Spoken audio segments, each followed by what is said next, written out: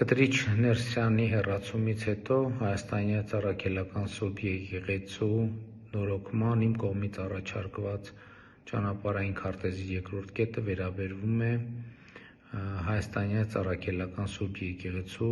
կանոնագրքի ընդունմանը եւ ուզում եմ ընդգծել, որ այս օրակարգը ըստ էության պաշտոնապես արձանագրված է հենց Մայրաթոռի կողմից 2011 թվականի նոյեմբերին Հայաստանի արտադրության նախարարությունում գրանցվել է Հայաստանյան Առաքելական Սուրբ Եկեղեցու կանոնադրությունը,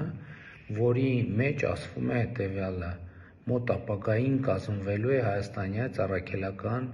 Եկեղեցու կանոնադրություն, փակագծերում սահմանադրություն, որը հանդիսանալու է հիմնական արժեքը նրա նվիրապետական ամբողջ կառույցի։ Այսինքն,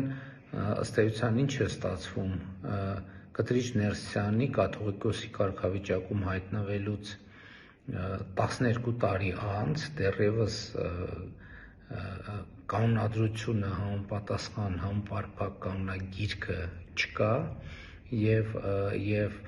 2011 թվին ասում է մոտ ապագայում դա կընդունվի, 2011 թվից էլ անցել է եւս 14 տարի։ Այսինքն սա ցույց է տալիս գործերի իրական դրությունը Հայաստանյան Առաքելական Սուրբ Եկեղեցում Կտրիչ Ներսյանի առաջնորդությամբ եւ ըստ էության այս ապականոնական վիճակը դիտավորյալ է ստեղծվել, որպեսզի որևէ կանոնի գոյության հստակ պատկերացում եւ ընկալում չլինի եւ տեղի ունենա այն, ինչ տեղի ունենում եւ հետեւաբար շատ կարեւոր է, որ Հայաստանյան Առաքելական Սուրբ Եկեղեցին Կտրիչ Ներսյանի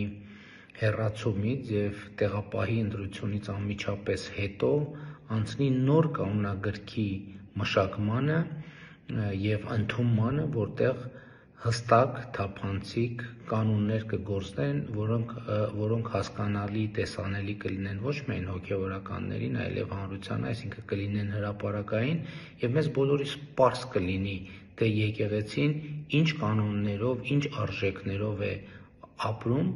եւ որոնք են դրանց նկատմամբ հանրային եւ ոչ միայն հանրային, այլև ներքին վերահսկողության մեխանիզմները։ Հաջորդիվ ավելի մանրամասն որոշ նրբությունների կանդրադառնամ առաջիկայում։